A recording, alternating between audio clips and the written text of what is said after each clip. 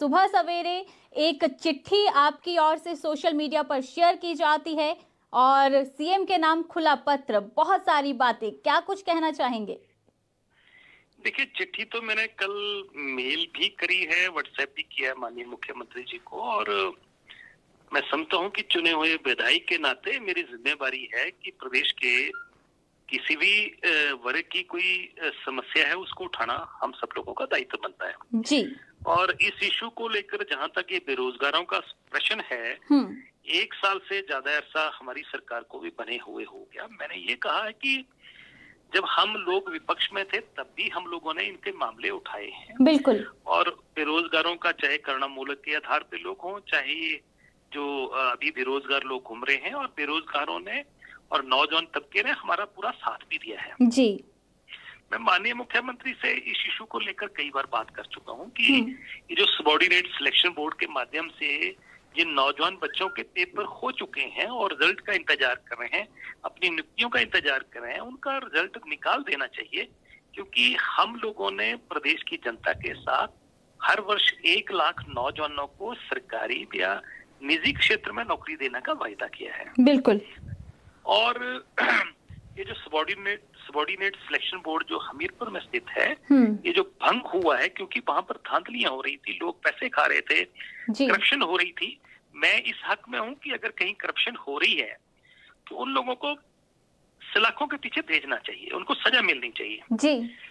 परंतु 1, 2, 3 लोगों के ऐसा करने से किसी विभाग को बंद नहीं किया जा सकता है। बिल्कुल। अभी तक ये खुल जाना चाहिए था। पिछले विधानसभा सत्र में भी माननीय मुख्यमंत्री ने हाउस में इंश्योर किया था कि हम इसको जल्दी ही इसको चालू कर रहे हैं।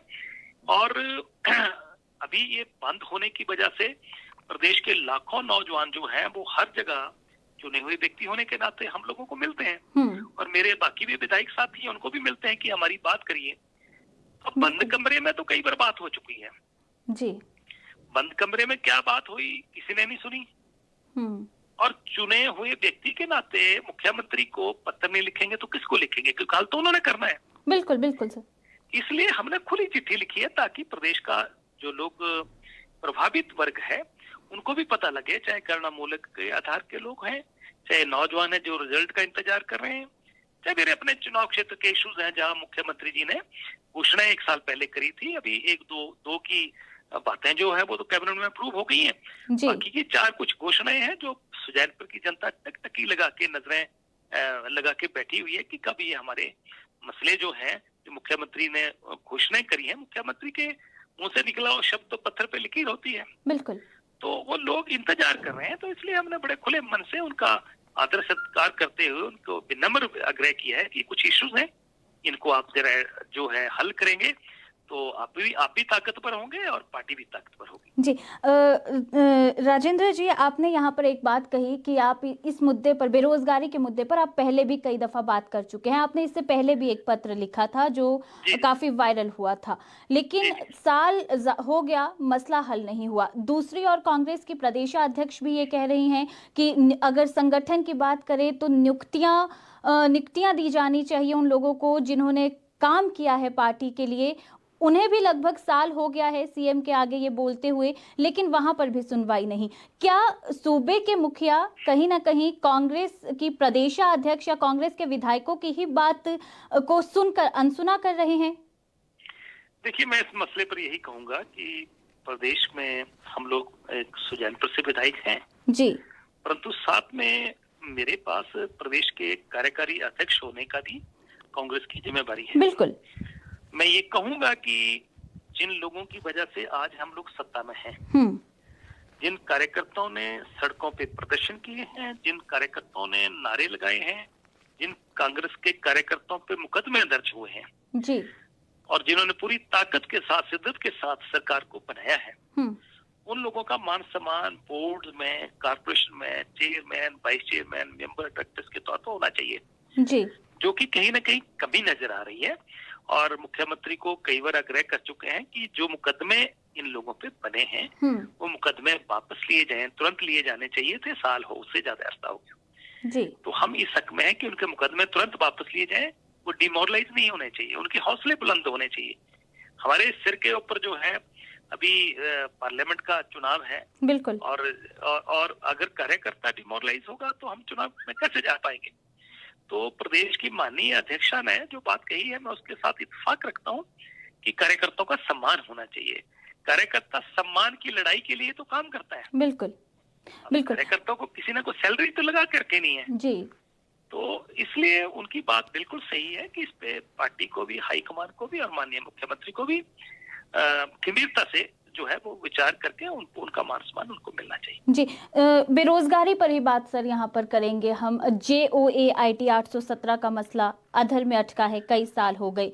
दृष्टिहीन शिमला में 98 दिन से ज्यादा का समय हो गया है, नौकरी के लिए प्रदर्शन कर रहे हैं, क्रमिक अनशन पर बैठे हैं। करुणामूलक आश्रित पूर्व की सरकार में सबसे लंबा अनशन उन्होंने किया। अभी भी वो अलग अलग जगह पर विधायकों से, मंत्रियों से मिलकर अपनी बात रख रहे हैं। उसके अलावा अगर आप बात करें, अन्य कई पोस्ट कोड हैं, 980 की बात कर ले या बाकी तमाम, ये सारे अधर में अटके हैं। सरकार कांग्रेस की है। कांग्रेस ने विपक्ष में कहा था कि हम अगर सत्ता में आएंगे तो रोजगार देंगे। नए रोजगार को सीएम कह रहे हैं कि हम 20,000 पद मार्च में भरेंगे, लेकिन युवा तो इंतजार कर रहा है जो पिछले पेपर हैं एटलीस्ट उनका रिजल्ट निकाल दिया जाए। क्या लगता है कि कहीं ना कहीं उस मोर्चे पर या अपने उस वादे को निभाने में कांग्रेस असफल हुई है, क्योंकि रोष हर जगह पर बेरोजगारों में बरकरार है, चाहे फिर वो किसी भी क्षेत्र का युवा क्यों ना हो।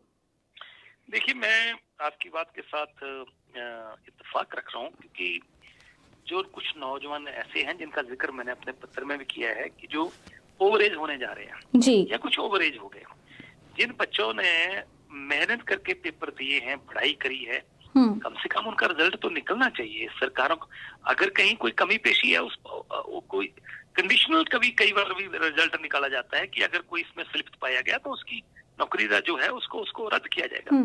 तो मुझे लग रहा है कि इन लोगों के साथ जब हम लोग विपक्ष में थे तब हम इनकी आवाज बुलंद करते थे, तो आज के सत्ता में आकर क्या हम अपनी आवाज को दबा दें? ये बिल्कुल सही नहीं है। मैं सत्ता में हूँ चाहे विपक्ष में हूँ, जो सही है उसको सही बोलेंगे और जो गलत है उसको गलत बोलेंगे। जी। बेरोजगार तो सर अफसरशाही पर भी सवाल उठा रहा है कि कहीं ना कहीं सुख सरकार जो है वो कंट्रोल नहीं अफसरशाही पर, इसीलिए सीएम घोषणाएं कर देते हैं मगर धरातल पर काम नहीं होता, धरातल पर रिजल्ट नहीं बनते। आप क्या देखते हैं, वरिष्ठ नेता होने के नाते इस मुद्दे को कैसे देखते हैं? देखिए, मुझे लगता है कि राजनीति में बहुत सारे काम आपकी पॉलिटिकल विल पावर से बनते हैं, होते हैं। पॉलिटिकल पावर, आपकी दृढ़ इच्छा शक्ति जो है वो महत्वपूर्ण होती है और माननीय मुख्यमंत्री को अपनी दृढ़ इच्छा शक्ति दिखानी चाहिए और इन नौजवानों के साथ जो इस वक्त अपने रोजगार की लड़ाई लड़ रहे हैं, अपने फ्यूचर की लड़ाई लड़ रहे हैं, उनके साथ न्याय करना चाहिए। चाहे अधिकारियों की किसी की हिम्मत नहीं है कि वो कोई काम रोक सके, सरकार की इच्छा शक्ति पे डिपेंड करता है और मुख्यमंत्री को अपनी इच्छा शक्ति दिखानी चाहिए। जी। एक सवाल सर और कहीं ना कहीं बहुत इस वक्त सियासी गलियारों में गूंज रहा है कि राजेंद्र राणा अपनी सरकार से नाराज हैं और इसीलिए अब खुलकर हर मुद्दे पर सरकार के खिलाफ भी बोल रहे हैं, नसीहतें भी दे रहे हैं और तमाम बातें खुलकर हो रही हैं। क्या नाराजगी कहीं ना कहीं है मंत्री ना बनने को लेकर या वो पद ना मिलने को लेकर? देखिए, ऐसा है कि मीडिया की अपनी एक राय हो सकती है, ऑब्जर्वेशन हो सकती है, लोगों की ऑब्जर्वेशन हो सकती है जी। मेरी राय ये है कि कोई भी व्यक्ति समाज में एमएलए मंत्री बनने से बड़ा कभी नहीं बनता है जी। बड़ा बनने के लिए उसको कर्म करना पड़ेंगे, बड़े कर्म करना पड़ेंगे, अच्छे कर्म करना पड़ेंगे। और मुझे अपने कर्म पर भरोसा है और मैं अपना कर्म जो है उसको निभा रहा हूँ। ठीक है, अगर किसी को लगता है कि नौजवानों के साथ हो रहा अन्याय या उनकी सुनवाई नहीं हो रही, उस चीज को मैं एक चुना हुआ प्रतिनिधि होने के नाते आवाज को उठा रहा हूँ कि ये कोई नाराजगी है, तो मुझे नहीं लगता कि मेरे हिसाब से कोई नाराजगी है। उनकी आवाज को कौन उठाएगा? बिल्कुल। चुने हुए प्रतिनिधि नहीं उठाएंगे तो कौन उठाएगा? बिल्कुल। और आप मेरा पत्र पढ़िए, मैंने बड़े अदब के साथ मुख्यमंत्री की तारीफ करते हुए पत्र लिखा है कि आप संवेदनशील हैं और ये कुछ चीजें मैं पहले भी आपसे जिक्र कर चुका हूं, तो इनका आप कृपया करके जो है इनका निदान करिए। जी बिल्कुल। तो मुझे नहीं लग रहा कि कहीं नाराजगी वाला शब्द जो है कहीं भी हो सकता है। लोगों की अपनी राय हो सकती है, वो उनको अधिकार है किसी भी व्यक्ति को अपनी राय व्यक्त करने का, सोचने का, वो सोचें। बिल्कुल परंतु बिल्कुल। मैं एक चुना हुआ व्यक्ति होने के नाते मेरी कुछ जिम्मेवारियां हैं।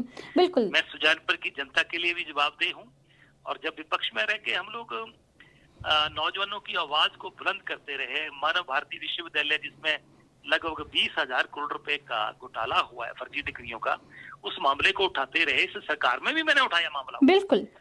तो उस मामले को ये नहीं कह सकते कि कोई नाराजगी थी। तो नाराजगी किसी बात की? नाराजगी मुख्यमंत्री का प्रेरोगेटिव है, इस विधायक की कहाँ कौन सी सेवाएं लेनी है वो लें सेवाएं।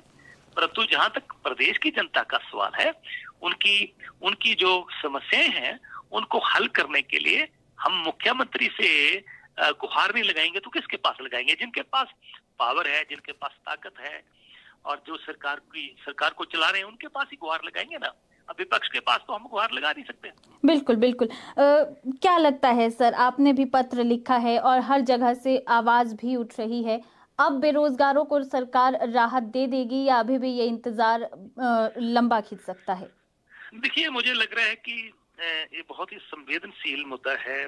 प्रदेश के हमारे नौजवान बच्चे जिनका भविष्य जो है लटका हुआ है, अधर में है, उनके साथ जल्दी ही सरकार को न्याय करना चाहिए।